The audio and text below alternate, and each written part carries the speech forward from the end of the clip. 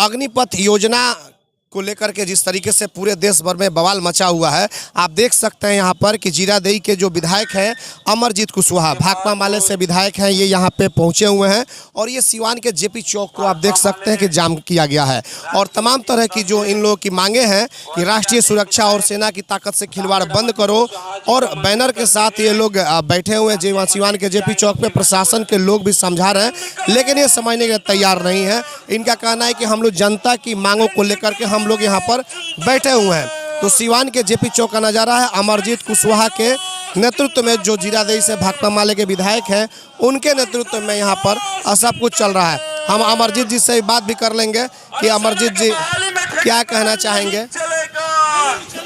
Sir क्या कहना चाहेंगे आप लोग? कड़ी धूप भी है लेकिन बैठे हुए, जिस तरीके से बिहार की जो स्थिति है बवाल सा मचा हुआ है, एकदम कब कहाँ हो जाए कोई नहीं जानता है, एक एक व्यक्ति डरा हुआ है।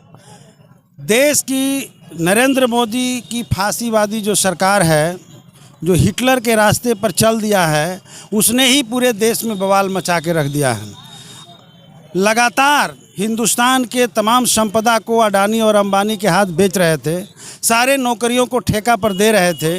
अब इन्होंने देश का सबसे जो सेंसिटिव क्षेत्र है, देश की सुरक्षा के लिए जो सबसे महत्वपूर्ण क्षेत्र है सेना, उस सेना को भी सरकार ठेका पर देने के लिए अग्निपथ योजना ला दिया है। ये देश में के लिहाज से अगर देखा जाए तो दो दृष्टि से खतरनाक है। पहला दृष्टि तो यह है कि देश के सुरक्षा जो है नहीं रह पाएगी। दूसरी जो सबसे खतरनाक है कि हिंदुस्तान के नौजवान 5 साल तक तैयारी करके एक मन में सपना ले करके कि हम सेना में नौकरी पाएंगे तो नौकरियों के साथ अपने बाल बच्चा और परिवार शादी करेंगे और बाल बच्चा को ही पैदा करेंगे और सुरक्षित रहेंगे और साथ ही साथ देशभक्ति के भावना से ओत-प्रोत करके देश के सेवा करेंगे। इस भावना से नौजवान प्रेरित होकर के तैयारी कर रहे थे। आज उनके सपनों को भी रौंद दिया है यह सरकार।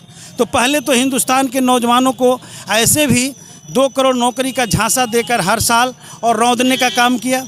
देश से नौकरियां समाप्त करके बेरोजगार नौजवानों की फौज खड़ा कर दी। देश को ठेका पर दे करके अडानी और अंबानी के हाथ नीलाम करने की कोशिश की। अब सबसे बड़ा मजाक देश के जनता के साथ इन्होंने यह किया कि देश के सुरक्षा और देश के नौजवानों के साथ विश्वासघात किया है और इसीलिए आज देश के नौजवान सड़कों पर आए हैं।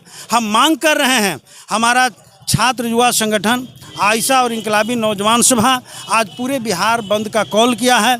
हमने इस बिहार बंद के माध्यम से छात्र नौजवानों को देश में चल रहे जो आंदोलन है उसका समर्थन कर रहे हैं और मोदी सरकार से यह मांग कर रहे हैं कि मोदी सरकार अपने इस कारनामों से होश में आवे और जल्द से जल्द अग्निपथ योजना वापस ले। सवाल ये है कि सर अपने हक के लिए ठीक है सड़क पर बैठना है, प्रदर्शन करना है, ये तो ठीक है, लेकिन तोड़फोड़ जो हो रही है, ट्रेन में जो आग लगाई जा रही है, ये कितना तक सर सही है? क्या ये होना चाहिए? देखिए, जो भी तोड़-फोड़ और आग लगाने की घटना हुई है, हम लोग चाहते हैं कि छात्र नौजवान संगठित होकर के लोकतांत्रिक तरीके से देश में बड़ा आंदोलन खड़ा करें। और लेकिन जो भी तोड़फोड़ अगर आप दिखाई दे रहा है या आग के हवाले ट्रेनें कर दी जा रही है, तो ये देश की मोदी सरकार ने आग लगवाई है। उन्होंने छात्र नौजवानों को के साथ जिस तरह की मैंने घोषणा किया है, जितना विश्वासघात किया है, छात्र नौजवान उबल गया है और गुस्से में आकर के ये सब कार्रवाई कर रहा है, गाली दे रहा है।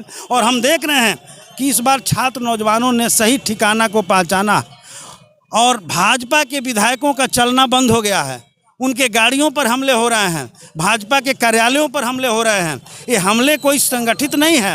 ये छात्र नौजवान समझने लगे हैं कि हिंदुस्तान के लिए भारतीय जनता पार्टी बहुत ही खतरनाक पार्टी है। अगर ये देश के गद्दी पर रहेंगे तो देश को तहस नहस कर देंगे, देश नहीं बचेगा। देश में आज़ादी और लोकतंत्र, देश का संविधान तहस नहस हो जाएगा। इसलिए छात्रों का निशाना सही है।